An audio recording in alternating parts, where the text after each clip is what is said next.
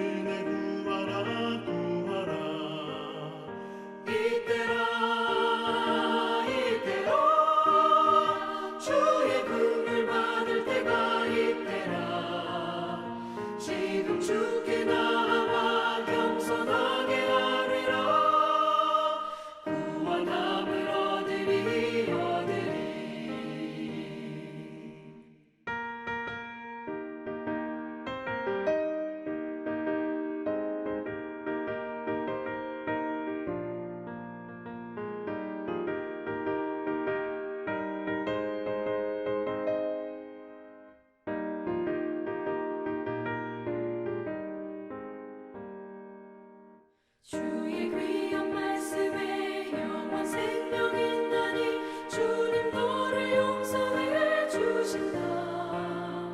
주가 부르실 때에 힘과 정성 다하여 주의 은혜 받으라 받으라. 이때라 주의 긍휼 받을 때가 이때라. 지금 주께 나와 겸손하게 하리라. 구원함을 얻으리.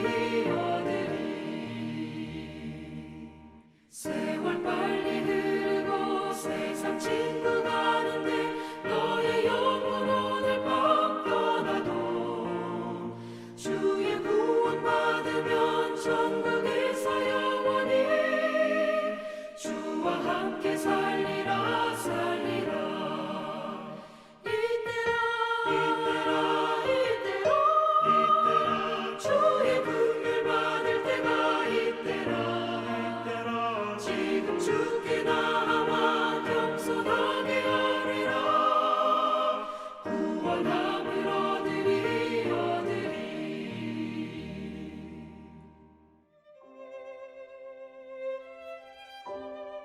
아멘. 이 아침에 함께 나눌 말씀은 예레미야 29장 24절에서 32절입니다. 제가 읽겠습니다. 너는 느헬렘 사람 스마야에게 이같이 말하여 이르라. 만군의 여호와 이스라엘 하나님께서 이와 같이 말씀하여 이르시되 내가 내 이름으로 예루살렘에 있는 모든 백성과 제사장 마아세야의 아들 스바냐와 모든 제사장에게 글을 보내 이르기를 여호와께서 너를 제사장 여호야다를 대신하여 제사장을 삼아 여호와의 성전 감독자로 세우심은 모든 미친 자와 선지자 노릇을 하는 자들을 목에 씌우는 나무 고랑과 목에 씌우는 새 고랑을 채우게 하심이거늘 이제 내가 어찌하여 너희 중에 선지자 노릇을 하는 아나도 사람 예레미야를 책망하지 아니하느냐. 그가 바벨론에 있는 우리에게 편지하기를 오래 지내야 하리니 너희는 집을 짓고 살며 밭을 일구고 그 열매를 먹으라 하셨다 하니라. 제사장 스바냐가 스마야의 글을 선지자 예레미야에게 읽어서 들려줄 때에 여호와의 말씀이 예레미야에게 임하여 이르시되 너는 모든 포로에게 전언하여 이르기를 여호와께서 느헬렘 사람 스마야를 두고 이같이 말씀하셨느니라. 내가 그를 보내지 아니하였거늘 스마야가 너희에게 예언하고 너희에게 거짓을 믿게 하였도다. 그러므로 여호와께서 이와 같이 말씀하시니라. 보라, 내가 느헬렘 사람 스마야와 그의 자손을 벌하리니 그가 나 여호와께 패역한 말을 하였기 때문에 이 백성 중에 살아남을 그의 자손이 하나도 없을 것이라. 내가 내 백성에게 행하려 하된 복된 일을 그가 보지 못하리라 하셨느니라. 이것은 여호와의 말씀이니라. 아멘. 몇 년 전 한국에서 군함도라는 영화가 개봉되었습니다. 이 영화는 일제강점기 시절 일본에 강제징용되어 군함도에 끌려온 조선인들의 삶을 보여주고 있습니다. 성도 여러분, 일본으로 강제징용되어 하루하루를 힘겹게 살아가고 있는 조선인들의 꿈은 무엇이었을까요? 저마다 조금씩 다르겠지만 어서 고향으로 돌아가 가족과 함께 행복하게 살고 싶은 마음은 크게 다르지 않을 것 같습니다. 바벨론으로 이미 끌려와 고된 삶을 살아가고 있는 남유다의 사람들도 마찬가지였습니다. 이방 땅에서의 삶은 하루하루가 고통의 연속입니다. 어서 바벨론으로부터 풀려나 고국으로 돌아가기를 원했습니다. 그런데 그 포로들에게 예레미야는 다음과 같은 편지를 적어 보냈습니다. 예레미야 29장 4절 이하의 말씀을 다시 보시면 거기에서 즉 바벨론에서 집을 짓고 텃밭을 만들고 배우자를 맞이하고 또 자녀를 낳으라고 합니다. 더 나아가 7절을 보시면 사로잡혀 간 성읍 즉 바벨론을 위해 평안을 구하고 기도하라고 합니다. 사랑하는 성도 여러분, 그 편지를 받아 읽는 포로들의 마음은 어땠을까요? 어서 고향으로 돌아갈 날을 손꼽아 기다리고 있었습니다. 특히 하나냐와 같은 선지자들은 분명 이렇게 예언했습니다. 예레미야 28장 3절을 읽어보시면 내가 바벨론의 왕 느부갓네살이 이곳에서 빼앗아 바벨론으로 옮겨간 여호와의 성전 모든 기구를 2년 안에 다시 이곳으로 되돌려 오리라.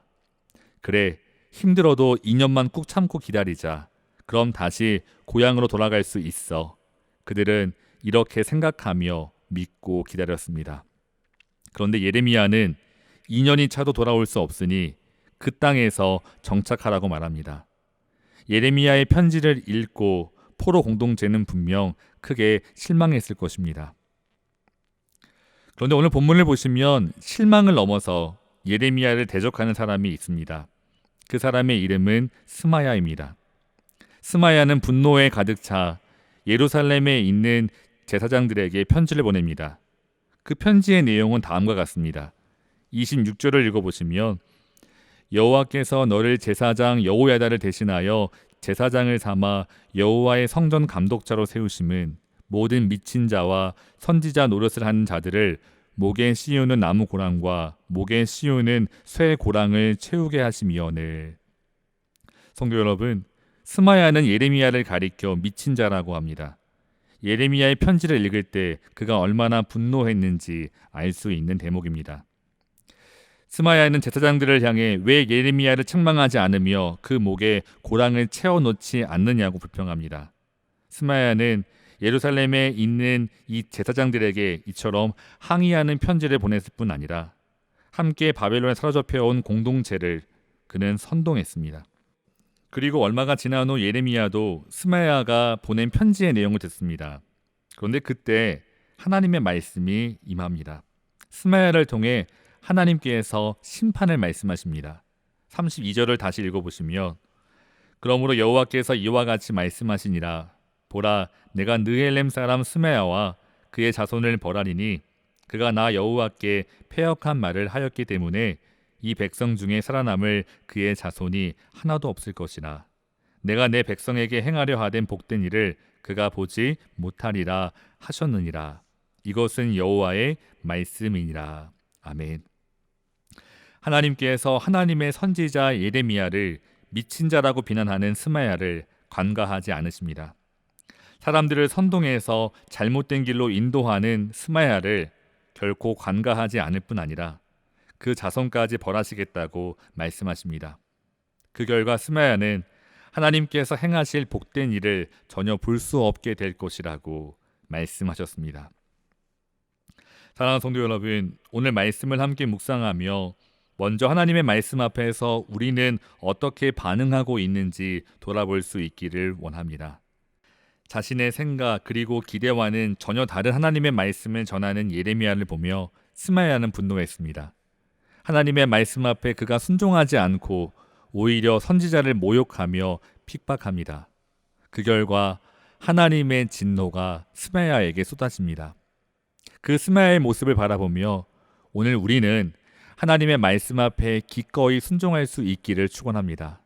비록 하나님의 말씀이 내 생각과 내 기대와 다르다고 할지라도 우리는 실망할 필요가 없습니다. 왜냐하면 32절 말씀을 보시면 하나님께서 그 백성에게 가장 복된 일을 행하시기 때문입니다. 그러므로 하나님을 신뢰하며 하나님의 말씀 앞에 끝까지 순종할 수 있는 저와 여러분이 되시기를 기도합니다. 둘째, 혹 누가 나를 비난하고 모욕한다 하더라도 그 형제나 지체를 하나님께 맡기시기 바랍니다. 사랑하는 성도 여러분, 오늘 우리가 읽은 말씀 속에는 예레미야의 반응이 전혀 기록되어 있지 않습니다. 그 이유가 무엇일까요? 대신에 스마야를 향한 하나님의 심판이 예고되고 있습니다. 그런데 32절 말씀을 잘 보시면 그가, 즉 스마야가 나 여호와께 패역한 말을 하였다고 기록되어 있습니다. 성도 여러분, 이상하지 않습니까? 스마야는 예레미야를 비난했지 하나님을 비난한 적은 없습니다. 하지만 하나님께서는 스마야가 내게 패역한 말을 했다고 말씀하셨습니다. 그래서 하나님께서 심판하시겠다고 하십니다. 그러므로 우리도 사람들이 우리를 대적하고 또 모욕할 때 인간적인 우리의 방법으로 싸울 필요가 없습니다. 하나님께서 각 사람을 그 행위대로 심판하십니다. 그러므로 바울도 너희가 친히 원수를 갚지 말고 하나님의 진노하심에 맡기라고 말했습니다. 원수를 갚는 것은 오직 주님께 맡겨드리고 우리는 주님의 편에 서야 합니다. 아브라함 링컨 대통령의 말처럼 하나님께서 우리 편이 되어 달라고 기도하지 말고 우리가 항상 하나님의 편에 서 있게 해달라고 기도해야 합니다. 나성하님 교회 성도 여러분, 우리 모두가 주님의 편에 설 수 있기를 주님의 이름으로 축원합니다. 오늘 말씀을 정리하겠습니다. 바벨론에 포로된 이스라엘 백성은 바벨론에서 살아가야 합니다. 이방 황제가 다스리는 땅, 그 어디를 봐도 정의와 공의가 없는 땅, 우상 숭배가 가득한 땅에서 사는 것은 결코 쉬운 일이 아닙니다. 하지만 이스라엘 백성은 그 땅에서 하나님의 백성으로 살아가야 합니다. 오늘 우리도 마찬가지입니다. 이 세상 어디를 바라봐도 이제는 희망이 없는 듯합니다. 교회가 세상에서 조롱과 멸시를 받고 있고 어디에도 하나님의 정의와 공의는 보이지 않는 것 같습니다. 하지만 우리는 이 땅에서 빛과 소금으로 살아가야 합니다. 성도 여러분, 한 가지만 기억했으면 좋겠습니다. 하나님은 바벨론과 그 황제에게 결코 패배하지 않으셨습니다. 하나님의 그 크신 경륜 안에 다 들어 있습니다. 오늘 우리도 마찬가지입니다. 하나님은 지금도 살아계셔서 역사하시는 줄 믿습니다. 그 주님을 바라보며 기대하며 오늘 주께서 세워주신 자리에서 빛과 소금으로 삶을 살아가시기를 주님의 이름으로 축원합니다. 다 같이 기도하겠습니다. 사랑의 하나님, 오늘 우리가 살아가는 이 세상은 참으로 혼탁합니다.